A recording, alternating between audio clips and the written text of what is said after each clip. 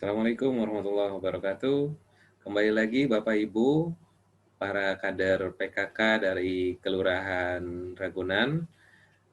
Kali ini kami dari kumpulan dosen dan mahasiswa kegiatan pengabdian masyarakat Universitas Bina Sarana Informatika, Fakultas Bisnis dan Manajemen ingin kembali mengajak Bapak dan Ibu semua untuk mengetahui apa sih kecerdasan otak, mesin kecerdasan otak ini apa sebenarnya.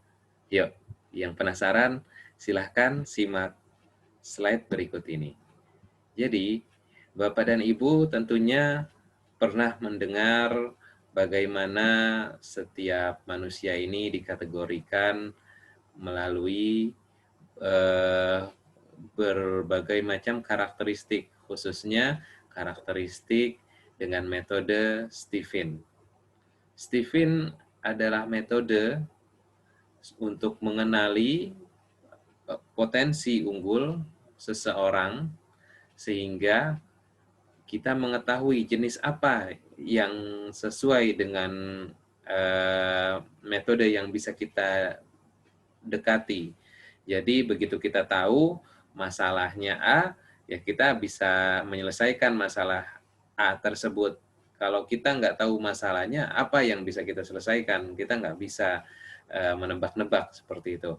Jadi, kalau menurut Stephen, terdapat 5 bagian otak manusia dan ada satu bagian yang paling dominan yang menjadi mesin kecerdasan manusia yang mengendalikan sikap, pikiran, kepribadian, dan tindakan, serta keputusan yang manusia buat sejak lahir. Apa saja itu? Kalau kita bagi, terdapat Stephen. Stephen ini singkatan nih Bapak Ibu semua ya. S-nya ini sensing atau memori, berada pada bagian otak limbik kiri, lalu T berikutnya thinking, analitis. Ini kalau memiliki sikap analitis seperti ini, dia cenderung pandai dan lokasinya ada di neokortek otak sebelah kiri nih Bu, Mbak. Terus berikutnya ada mesin kecerdasan neokortek kanan di sebelah sini. Nah, ini jenisnya adalah intuiting atau inovatif, kreatif, otak kanan gitu ya. Terus feeling, limbik kanan nih, ada di bagian sini di belakang. Itu feeling, hubungan emosi seseorang dengan orang lain. Lalu otak tengah, intuiting, eh, selanjutnya adalah insting. Jadi otak tengah ini orang-orang yang punya naluri, mereka serba bisa gitu. Nah, ada hubungannya dengan golongan darah juga nih, Bapak Ibu semua. Kalau golongan darah AB lebih cenderung sensing. Jadi di limbik kirinya ini tergolong orang-orang yang rajin. Lalu golongan A biasanya otak kirinya, neokorteks sebelah kiri di sebelah sini itu analitis, pandai, pinter menghafal, pinter berdebat, dan lain-lain, mengelola informasi. Terus kalau intuiting, rata-rata ini kreatif, punya dorongan kuat. Ini orang-orang di otak kanan nih, orang-orang dengan golongan darah B. Sementara golongan darah O itu lebih cenderung ke feeling atau orang yang punya hubungan yang bagus. Nah, di dalam insting, jadi kalau kita satukan ya, STIFIN. In-nya ini itu bisa ini ya, bisa golongan darah AB, A, B, atau O. Jadi ini semua orang dalam artian di sini ya, semua orang ini punya kecenderungan naluriah masing-masing, tergantung kekuatannya. Tetapi yang lebih dominan antara S, T, I, dan F ini yang mana nih? Apakah Bapak atau Ibu atau anak Bapak dan Ibu punya kecenderungan di bagian sensing, punya kecenderungan di bagian thinking, atau intuiting, atau feeling? Nah, yuk kita simak. Tipe yang mana nih? Coba kita lihat. Kalau tipe sensing, thinking, intuiting, feeling, dan insting, ini biasanya kalau kita mulai dari ini ya, sensing dulu ya. Kalau si tipe sensing, karena punya kecerdasan panca indera, dia jago dalam menghafal. Rajin, calon orang kaya. Wah, keren ya. Sensing. Otak kiri. Otak kiri ini punya bakat mesin kecerdasan thinking. Analitis, jago dalam menghitung, pandai, ahli mengatur, ini calon pejabat. Ini semuanya calon sukses semua nih ya. Otak kanan. Otak kanan ini adalah orang yang memiliki kecerdasan intuiting atau berimajinasi, jago dalam kreativitas daya cipta, dan ini adalah calon pengusaha. Keren ya. Kita lanjut lagi. Di limbik kanan. Limbik kanan ini adalah orang yang punya kecerdasan feeling atau merasakan, kecerdasan emosi, jago dengan cara mengelola hubungan sosial. Nah, ini juga bisa jadi calon pemimpin. Otak tengah. Lalu otak tengah apa? Orang yang punya otak tengah yang bagus memiliki kecerdasan insting, kecerdasan naluri, sehingga mempunyai kemampuan serba bisa, dan ini ada kecenderungan menjadi negosiator atau jadi juru pendamai. Kita lanjut lagi. Secara lebih khusus, kalau kita gali lebih jauh, bagaimana sih orang atau anak yang punya tipe sensing? Nah, biasanya anak yang punya tipe sensing, ini mereka ini jago dalam menghafal, mengingat, meniru, memorinya sangat kuat. Ini cocok banget kalau misalnya Bapak Ibu memiliki anak yang ingin diarahkan untuk menjadi hafiz Quran contohnya, atau penghafal kitab undang-undang, atau penghafal kitab kuning. Anak sensing lebih bisa diarahkan untuk ke program-program tersebut. Dalam kehebatannya ada pada ototnya. Kita bisa dikatakan otaknya ada di otot.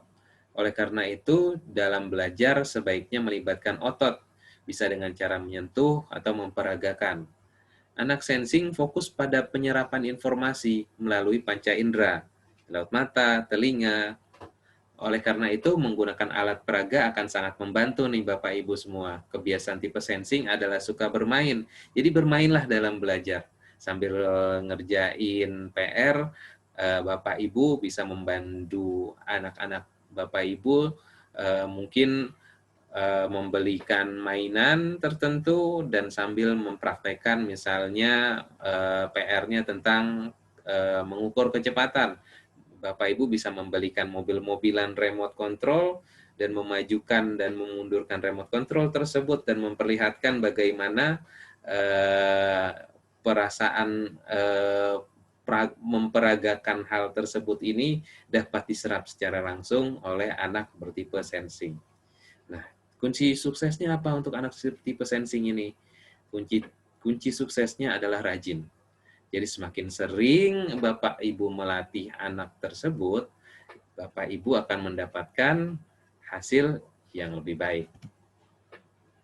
Ada beberapa kebiasaan orang yang memiliki mesin kecerdasan sensing. Pertama, mereka akan berpijak pada hal yang nyata dan aktual. Ini nih, coba nih Bapak Ibu kenali nih sikap anak Bapak Ibu seperti apa. Misalnya berpijak pada hal yang nyata dan aktual, lalu faktual dan memperhatikan detail, lalu menguraikan peristiwa secara urut, menyukai kesempatan untuk praktek, pola bicara yang jelas dan teratur, pikiran yang terangkai, satu diikuti yang lainnya, berpikir linear, menggunakan fakta dan contoh yang jelas, tertarik pada pekerjaan yang membutuhkan kepraktisan. Lalu berikutnya, memasuki detail dan fakta. Ini nyata nggak nih? Bisa dia pahami nggak secara personal? Lalu mengingat masa lalu dengan akurat dan langsung menuju sasaran. Anak yang suka punya tipe sensing, ini ciri-cirinya nih bisa Bapak Ibu kenali. Selanjutnya, ada mesin kecerdasan thinking. Thinking adalah pembelajar sejati, ahli dalam menghitung, menalar, menganalisa. Dalam pembelajaran harus selalu fokus dan serius, tidak bisa sambil bermain. Ini biasanya anak-anak yang suka yang belajar lebih suka menyendiri, nggak suka diganggu sama adiknya, kakaknya, ataupun diminta untuk ya sambil nonton TV gitu belajar, nggak bisa dia. Dalam pembelajaran harus selalu fokus dan serius, tidak bisa sambil bermain.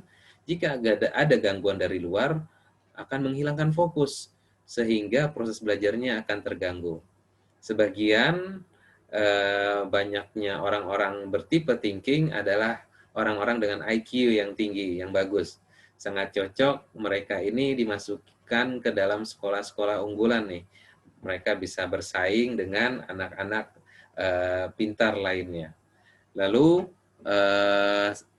kunci sukses dari tipe thinking adalah pandai membuat skala prioritas. Mereka harus bisa nih memilih yang mana keperluan sekolah atau mengaji, atau keperluan untuk bermain dengan keperluan untuk belajar, misalnya seperti itu. Terus ada nih ciri-cirinya Bapak Ibu, kebiasaan orang yang memiliki mesin kecerdasan thinking. Yang pertama, mereka ini lebih menggunakan pikiran. Lalu mereka dapat memecahkan masalah secara logis.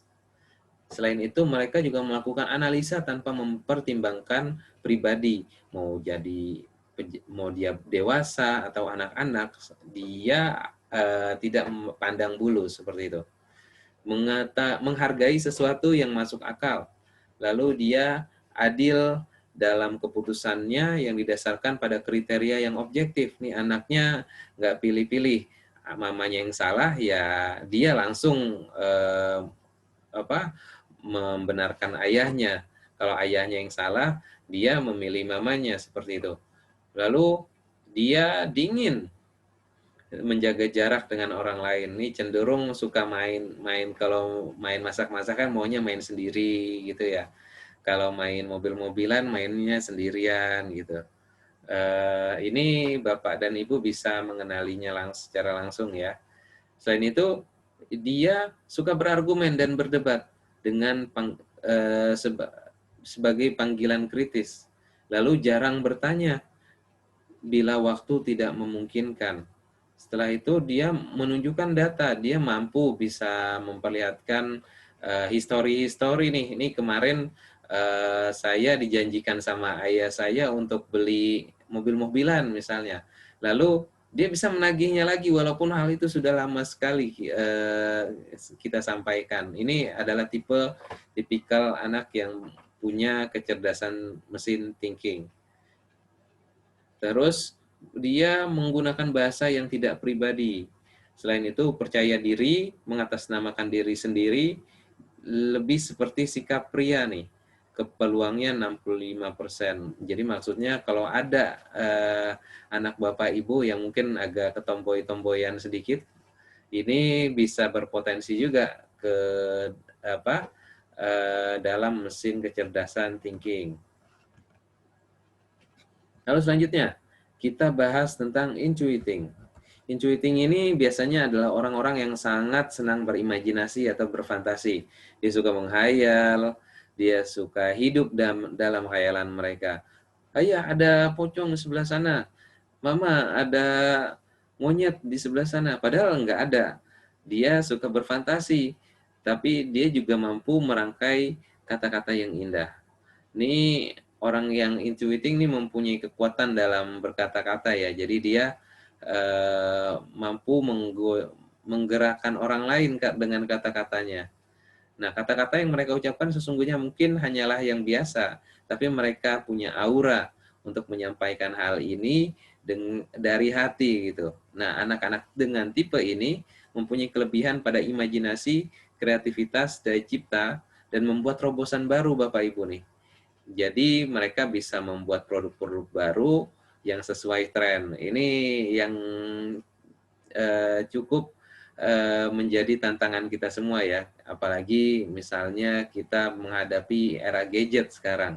Bapak Ibu tentunya melihat mereka seringkali memegang gadgetnya dibandingkan bukunya atau barang yang lainnya. Nah, Kadang-kadang kita melihat ini adalah sesuatu yang kurang baik menurut kita, tapi dengan gadgetnya itu, si anak intuiting tadi itu menciptakan sesuatu yang baru.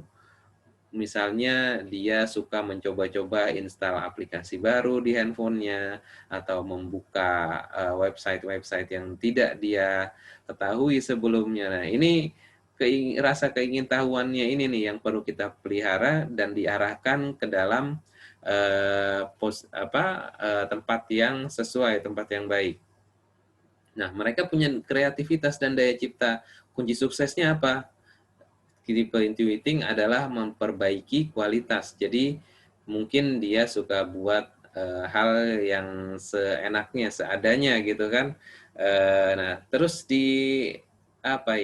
didorong untuk melakukan, meningkatkan apa yang sudah dia lakukan sebelumnya. Ada beberapa ciri-cirinya juga nih Bapak Ibu nih, kebiasaan orang yang memiliki kecerdasan intuiting.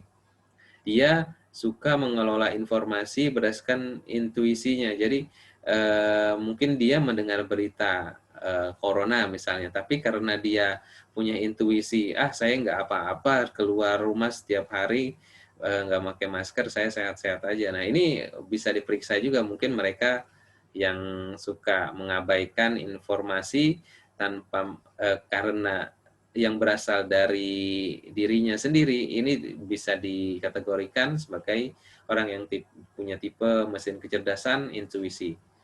Lalu lebih berniat pada pemahaman imajinatif. Jadi lebih suka cerita-cerita novel, suka cerita komik, dan lain-lain. Abstrak dan teoritis. Ini adalah sebuah gabungan yang cukup menarik ya. Abstrak tapi teoritis. Jadi dia bisa menjelaskan bagaimana kondisi-kondisi yang tidak real menjadi real seperti itu. Lalu orientasi pada masa depan, dia selalu punya planning, dia selalu punya keinginan, besok saya mau ke sini, besok saya mau kuliah di sini. Nah, itu dia punya rencana itu. Nah, dia selalu mulai dari mana saja. Kadang-kadang orang ini random, anak-anak ini yang suka memulai kemarin bermain bola, sekarang main layangan, besoknya main lari-larian, macam-macam. Dia nggak punya fokus nih ceritanya. Lalu memiliki pikiran yang berputar tapi punya pola. Selain itu dia memberikan ruang, alternatif, dan tidak cepat menyimpulkan. Tertarik pada pekerjaan yang melibatkan kreativitas, menyukai cerita fiksi, dan berbicara hal-hal besar dan strategis. Selain itu, dia memiliki visi ke depan dan cenderung untuk menyelesaikan kalimat orang lain.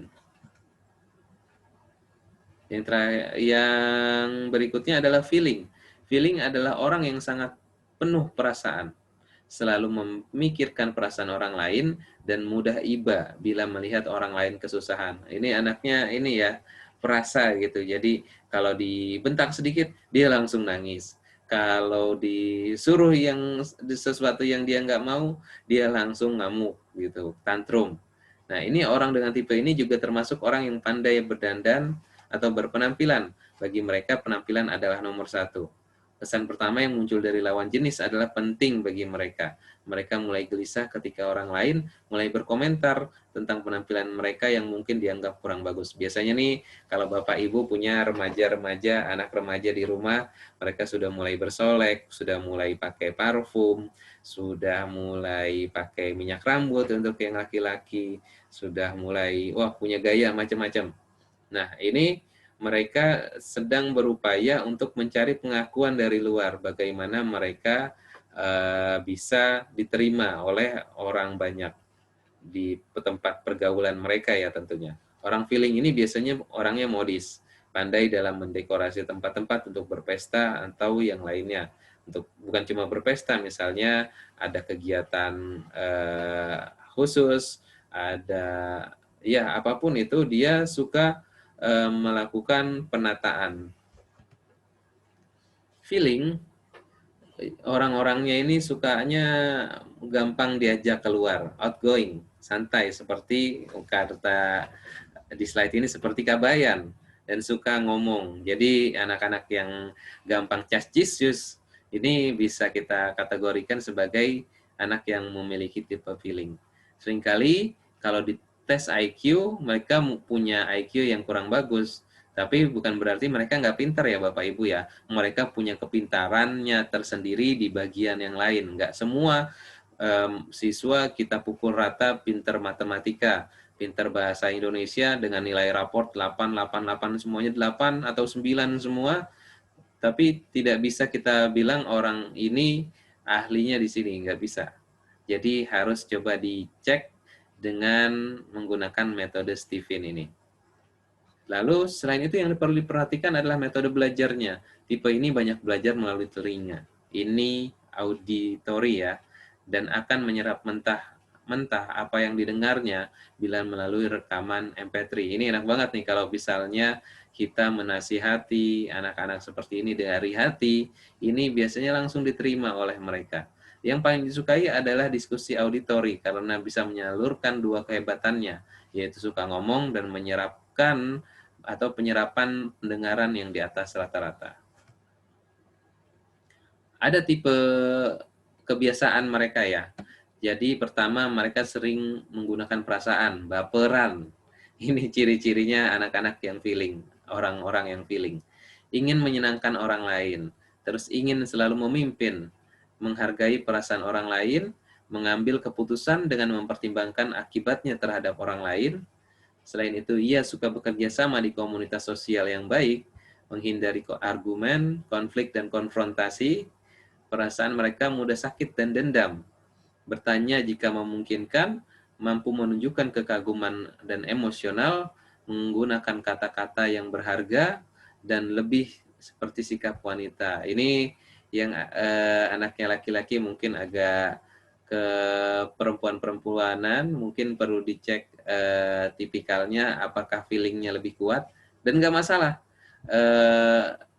Tinggal kita arahkan kemana anak ini ingin mengembangkan dirinya. Karakternya ini bisa kita arahkan.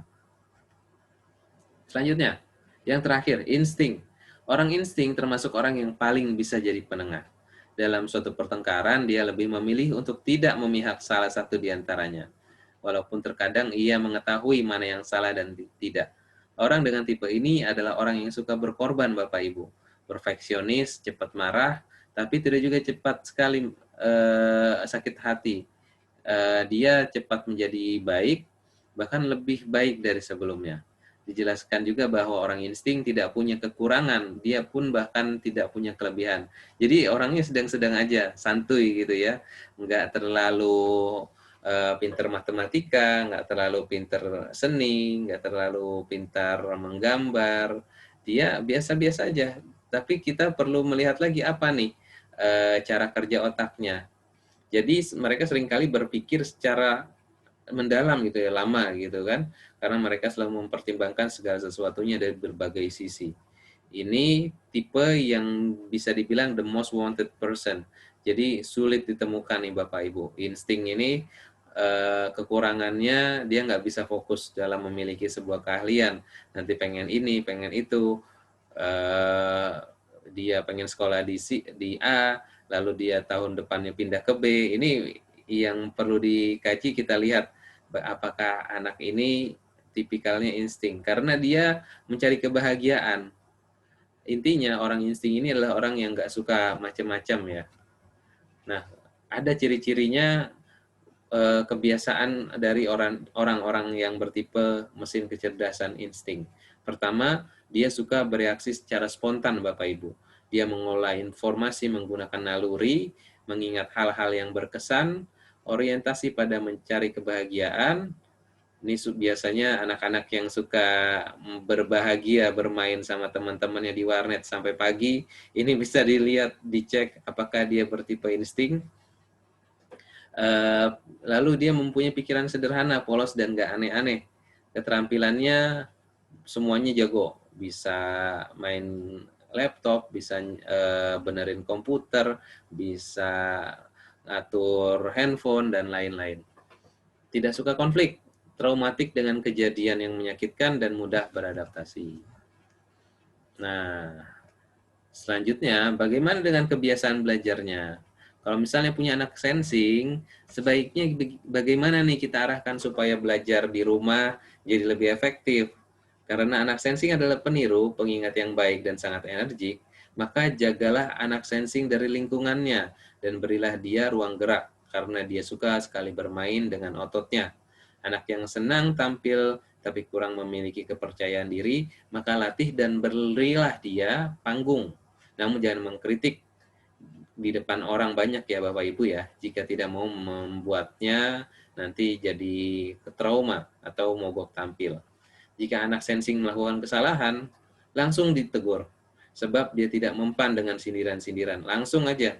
Dia ini anak-anak yang perlu, bukan dikasarin ya, tapi perlu langsung dilakukan tindakan. Sensing mudah menerima permintaan maaf tanpa ada sakit hati yang berkelanjutan. Ini sensing. Gimana kalau anaknya thinking? Thinking adalah anak yang cerdas, mandiri, dan sangat bisa diberi tanggung jawab. Ini anak-anak yang biasanya membanggakan ya. Banyak cara belajarnya dalam suasana hening tanpa ada gangguan dari luar. Terus sedari kecil anak thinking memang ingin terlihat istimewa. Maka jangan segan-segan memberinya rekognisi atau penghargaan. Selamat ya, kamu sudah ranking 1 untuk menambah semangat seperti itu. Jangan menasehati atau mengomeli anak thinking karena dia akan menampik dengan segala macam alasan atau ngeyel. Ini ciri khas anak-anak thinking ya. Ajak duduk, kita diskusi sama-sama, berilah pemahaman sebab akibatnya secara logika, maka dia akan menerimanya. Jadi kalau Bapak Ibu punya anak yang jenisnya thinking, ini jangan langsung diomelin Bapak Ibu. Coba ajak bicara dulu, berdiskusi dulu, seperti itu. Nggak kayak anak sensing ya, nggak langsung ditegur, langsung dibilangin gitu. Lalu berikutnya apa? Anak intuiting. Intuiting ini tipe anak yang usil atau jahil, kreatif, dan senang berimajinasi. Ada ya anak-anak yang suka ngisengin temennya, ada anak-anak yang suka ya bikin nangis temen lainnya. Walaupun kepribadiannya ingin bebas tanpa diatur-atur, anak intuiting ini kemauannya abstrak dan seolah-olah punya dunia sendiri, tapi memerlukan arahan ya, nggak bisa kita biarkan saja anak ini berkembang dengan sendirinya atau dididik oleh gurunya sendiri. Jadi merupakan peran orang tua juga nih, nggak bisa menyerahkan anak-anaknya langsung ke sekolahan dan ya melepas tangan begitu aja. Jangan bawel, minta anak intuiting belajar di kamar, biarkan dia belajar di mana saja. Dia punya keinginan untuk belajar dimanapun yang dia sukai, karena anak ini nggak suka dibatasi. Jadi Bapak Ibu kalau misalnya lihat anak-anak yang ya harusnya belajar di kamar, anak-anak ini harusnya punya harus kursus. Ini jangan dipaksa nih kalau misalnya anak intuiting seperti ini. Jangan dipaksa karena dia akan lari nantinya. Jadi pastikan Bapak Ibu sudah mengenali dulu jenis kecerdasan anaknya, apakah intuiting, apakah thinking, dan lainnya, dan nanti baru Bapak Ibu arahkan mau seperti apa polanya. Selanjutnya anak tipe feeling. Bagaimana cara belajarnya? Tipe anak yang feeling ini harus penuh empati karena dia sering ngobrol, maka biarkan dia bergaul dengan teman-temannya dari kecil ya, supaya mengasah kepemimpinannya. Biasanya anak-anak seperti ini suka mengatur-ngatur nih. Hei, kamu ada di sebelah sana, kamu ada di sebelah sini. Ayo kita bantu bersih-bersih misalnya atau beres-beres. Ini anak-anak feeling ini yang cukup bisa menjadi panutan untuk anak-anak lainnya. Cara belajarnya juga berkelompok nih Bapak Ibu nih. Karena feeling lebih punya semangat kalau misalnya kumpul sama teman-temannya. Makanya yang tipe seperti ini bagusnya Bapak Ibu ikuti kursus-kursus tertentu atau les tertentu ya, karena dia nggak bisa belajar sendiri, dia perlu diingatkan oleh temannya, dia perlu punya perasaan berkumpul bersama yang lainnya. Lalu dia orangnya karena santai dan sering menunda-nunda. Ini kesannya kalau kita Bapak Ibu ngecek ke kamar, kamu udah kerjain PR belum? Belum Pak Guru. Belum ya, belum Ma. Nah, jangan dimarahin, karena begitu dimarahin, dia akan langsung ngambek. Ngambeknya nggak cuma 1-2 hari, mungkin ngambeknya bisa lebih panjang lagi, karena dia merasakan ketika dia kesulitan kok malah dimarahin gitu. Jangan. Jadi akan lebih baik Bapak Ibu semua berempati kepada anak bertipe feeling ini. Misalnya ditanya, kamu sudah mengerjakan PR belum? Belum. Dijawab sama anaknya seperti itu. Bapak Ibu langsung tunjukkan empatinya. Emang apa yang sulit? Apa yang bisa dibantu oleh Bapak sama Ibu? Apa yang bisa dikomunikasikan? Seperti itu. Jangan langsung diomelin ya Bapak Ibu ya. Nah, kita gunakan cara-cara yang baik.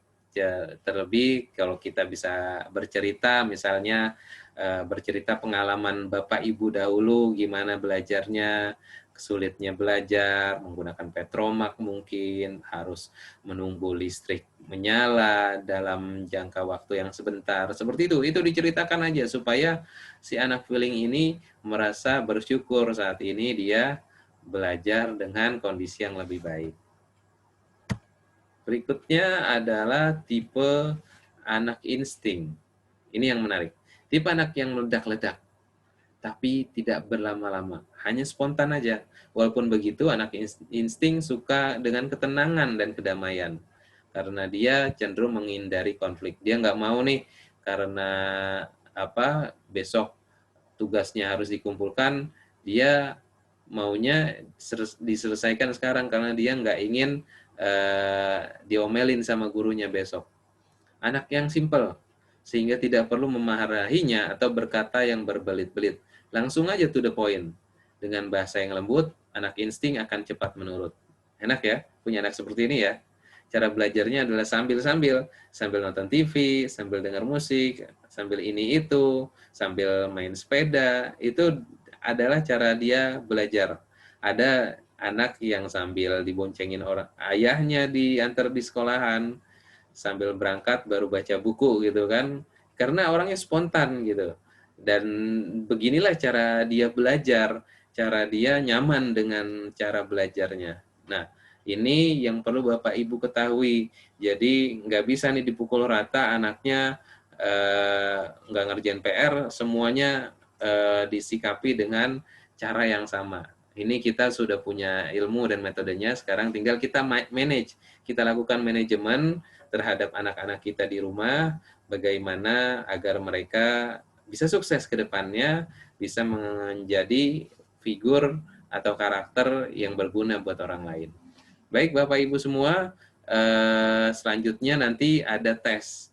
Ada tes untuk menentukan apakah anak ibu atau bapak dan ibu bertipe insting, thinking, atau yang lainnya. Ada di kolom komentar di bawah ini, di bawah video ini.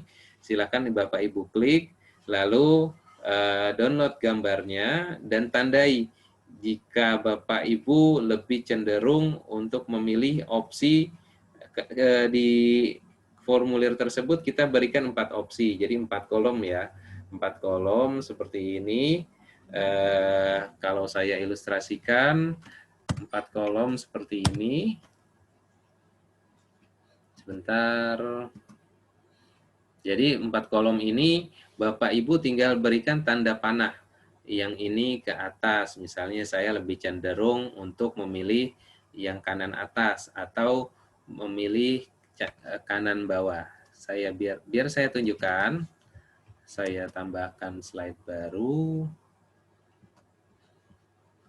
Nah, jadi di pertanyaan tersebut, Ibu Bapak akan mendapatkan pilihan. Pilihan berupa 4 pilihan. Kalau misalnya di pilihan kotak A, kotak B, kotak C, dan kotak D, seperti ini. Kemanakah kecenderungan Bapak dan Ibu? Nanti kita coba silahkan ya dikirimkan ke WhatsApp panitia, lalu kita coba gali. Misalnya Bapak Ibu akan lebih memilih bagian A dibanding B. Jadi Bapak buatkan tanda panah seperti ini, terus ini kita warnai ya, ini supaya lebih jelas warna merah. Seperti ini. Diberikan tanda panah, misalnya Bapak Ibu lebih cenderung ke atas A gitu. Jadi ini adalah cara menjawabnya seperti ini. Atau misalnya Bapak Ibu cenderung memilih untuk dari B ini ya, jadi jawabnya dengan cara diagonal atau vertikal, boleh ke bawah seperti ini. Bisa dipahami Bapak Ibu? Nanti hasilnya dari 8 pertanyaan atau 10 pertanyaan kuesioner dan sudah diberikan tanda ini arah dari kanan ke atas, bawah ke atas, silahkan gambar tersebut dikirimkan ke WhatsApp panitia. Nomornya ada di bawah kolom komentar YouTube kami. Silahkan Bapak Ibu catat dan kirimkan gambar hasil tes Bapak Ibu semua. Gambar tersebut kami lampirkan di dalam link video. Nanti tolong silahkan diisi dan kita coba tentukan yang mana jenis mesin kecerdasan Bapak Ibu dan anak Bapak Ibu semua. Baik Bapak Ibu, saya kira saya cukupkan sampai di sini dulu penjelasan pada kesempatan kali ini. Penyuluhan dalam kegiatan pengabdian masyarakat Universitas Bina Sarana Informatika Fakultas Bisnis dan Manajemen kita tutup. Wabillahi taufik wal hidayah. Wassalamualaikum warahmatullahi wabarakatuh. Semoga bermanfaat.